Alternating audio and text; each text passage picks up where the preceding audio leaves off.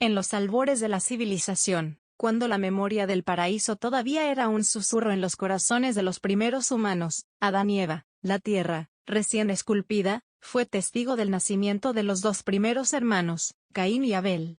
Su llegada al mundo fuera del Edén no solo significó la continuidad de la humanidad, sino también el comienzo de la intrincada, y a menudo trágica danza de la naturaleza humana, un tapiz tejido con hilos de amor, rivalidad y la sombra creciente del pecado.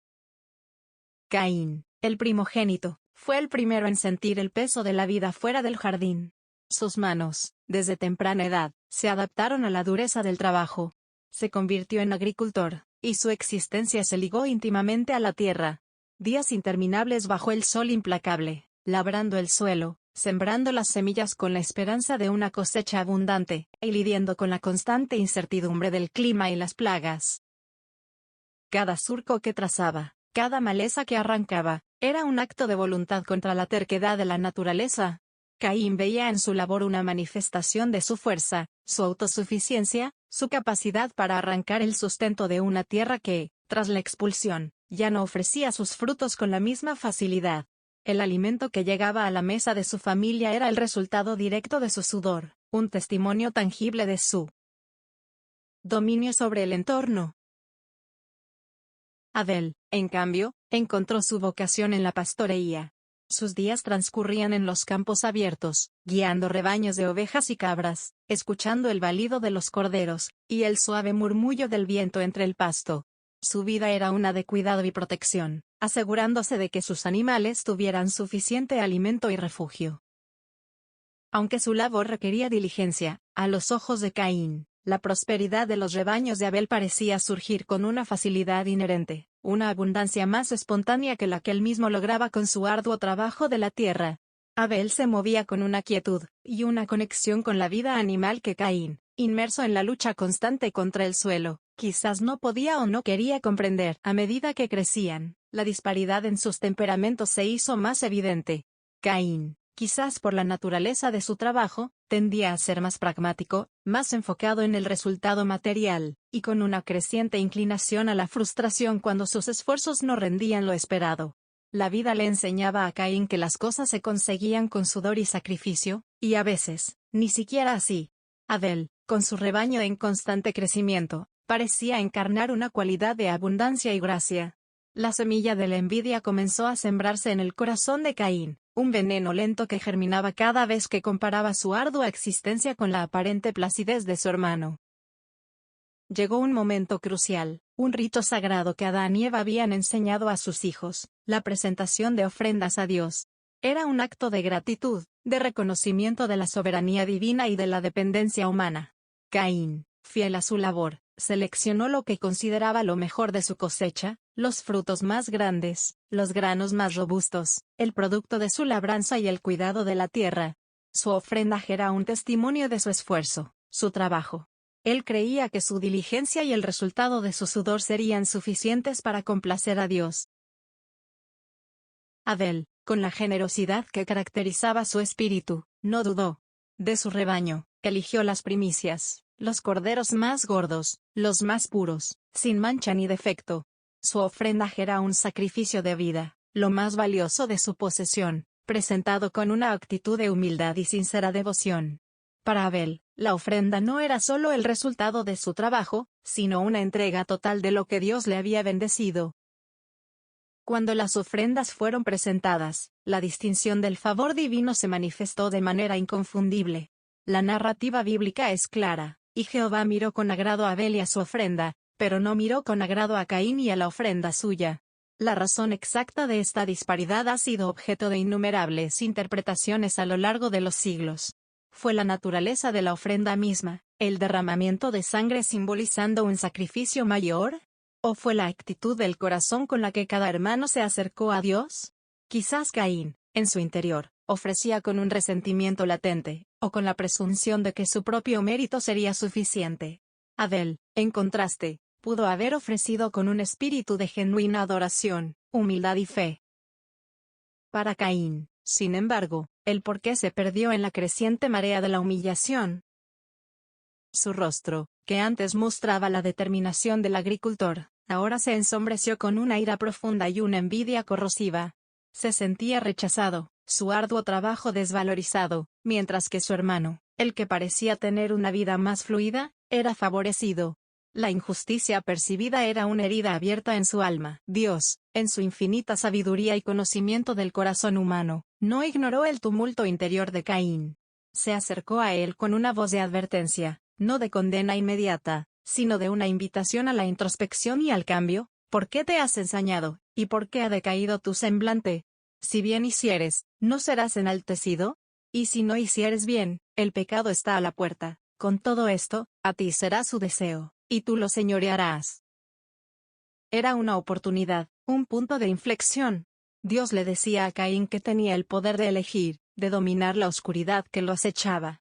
La elección era suya, elevarse por encima de su resentimiento o permitir que el pecado lo consumiera. Pero la semilla de la sombra, nutrida por la envidia y el orgullo herido, ya había echado raíces profundas en Caín. La advertencia divina no disipó la furia, sino que, de alguna manera, pareció avivarla. En su mente perturbada, la solución a su angustia no era el arrepentimiento o la transformación interior, sino la eliminación de la fuente de su dolor, el objeto de su envidia. Un día, Caín habló con su hermano Abel, invitándolo al campo. El tono de su voz, los gestos de su cuerpo, quizás escondían la tormenta que se gestaba en su interior.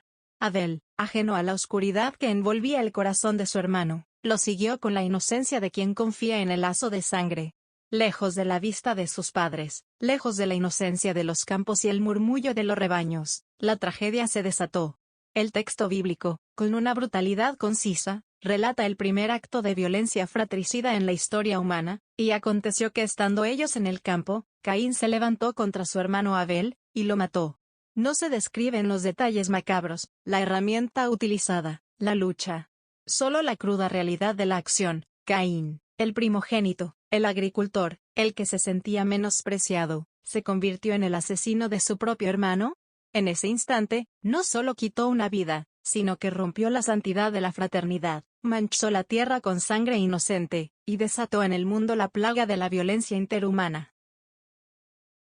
La sangre de Abel, invisible a los ojos de Caín, clamó desde la tierra hasta el cielo. Dios, en su omnisciencia, confrontó a Caín con una pregunta que exigía una respuesta, no por desconocimiento, sino para propiciar la confesión y el arrepentimiento. ¿Dónde está tu hermano Abel? La respuesta de Caín fue un reflejo de su corazón endurecido, una mezcla de evasión, desafío y una negación de la responsabilidad. No lo sé. ¿Acaso soy yo el guardián de mi hermano? Era una mentira descarada, una muestra de su falta de remordimiento, y un intento desesperado de eludir la culpa. No había ni una pizca de arrepentimiento, solo un deseo de escapar a las consecuencias. Pero la tierra misma, que había sido testigo silencioso, se convirtió en su acusadora. La voz de la sangre de Abel clamaba, y Dios la escuchó. La sentencia fue pronunciada con la solemnidad de la justicia divina. ¿Qué has hecho? La voz de la sangre de tu hermano clama a mí desde la tierra. Por tanto, ahora serás maldito de la tierra, que abrió su boca para recibir de tu mano la sangre de tu hermano. Cuando labres la tierra, no te volverá a dar su fuerza, fugitivo y errante serás en la tierra. La maldición de Caín era una sentencia multifacética y profundamente irónica. La tierra, de la que había dependido Caín, el agricultor, le sería hostil, negaría su fuerza y no le daría más su fruto, frustrando sus esfuerzos. Y Caín mismo se convertiría en un fugitivo y errante, un vagabundo sin hogar ni arraigo, condenado a una existencia de soledad y desasosiego perpetuos. La ironía era cruel. El que había matado a su hermano por envidia, ahora sería despojado de la seguridad y el sustento, condenado a una vida de intranquilidad constante. El peso de la condena abrumó a Caín, aunque su lamento no fue por el pecado cometido, sino por la dureza del castigo. Grande es mi castigo para poder soportarlo. Mira, me echas hoy de la faz de la tierra, y me esconderé de tu presencia, y seré fugitivo y errante en la tierra, y cualquiera que me encuentre me matará. Su principal preocupación era su propia seguridad, el miedo a la retribución de otros. No había una expresión de dolor por haber roto el lazo familiar o haber derramado sangre inocente. Sin embargo, incluso en medio de la justicia inexorable, la misericordia divina se manifestó. Dios, para proteger a Caín de la venganza descontrolada de otros, puso una señal sobre él, una marca misteriosa cuya naturaleza exacta ha sido objeto de especulación a lo largo de los siglos. Esta señal de Caín no era necesariamente una marca de vergüenza visible para todos, sino una protección, un signo de que Dios mismo prohibía que cualquiera lo matara. Servía como un recordatorio constante de su crimen y de la intervención divina, una paradoja de condena y preservación. Caín partió, exiliado de la presencia de Dios y de la comunidad de su familia, hacia la enigmática tierra de Nod, al oriente del Edén. Allí, en su destierro, lejos de los suyos y con la marca de su crimen sobre él, Caín intentó construir una nueva vida, una existencia alejada de su pasado. Fundó una ciudad, la primera mencionada en la Biblia, un intento quizás de crear un refugio, un lugar de estabilidad para sí mismo y para sus descendientes. Tuvo hijos, y a través de ellos, la línea de Caín continuó.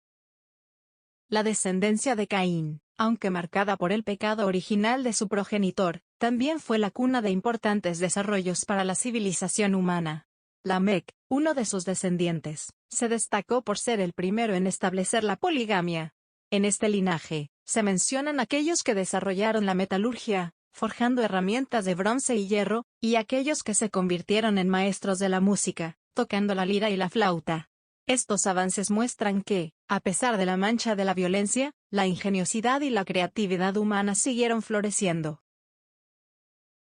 Sin embargo, la violencia también se intensificó en la línea de Caín. El propio Lamec se jactó ante sus esposas de haber matado a un hombre por una herida y a un joven por un golpe, proclamando una venganza desproporcionada, si 7 veces será vengado. Caín, Lamec en verdad 70 veces 7. Esta declaración revela una espiral de violencia y retribución que se había enraizado profundamente en la descendencia de Caín, culminando en una depravación que finalmente llevó al diluvio, un acto divino para limpiar la tierra de la maldad que se había desbordado. La historia de Caín es una advertencia perenne, una narrativa fundamental sobre la condición humana. Es el relato del poder destructivo de la envidia no controlada, del resentimiento que se pudre hasta convertirse en odio homicida. Caín encarna la elección de la violencia sobre la rectitud, el rechazo de la gracia divina en favor de la amargura. Su destino de fugitivo y errante es una poderosa metáfora de la inquietud, la alienación y la soledad que acompañan a aquellos que permiten que el pecado domine sus corazones.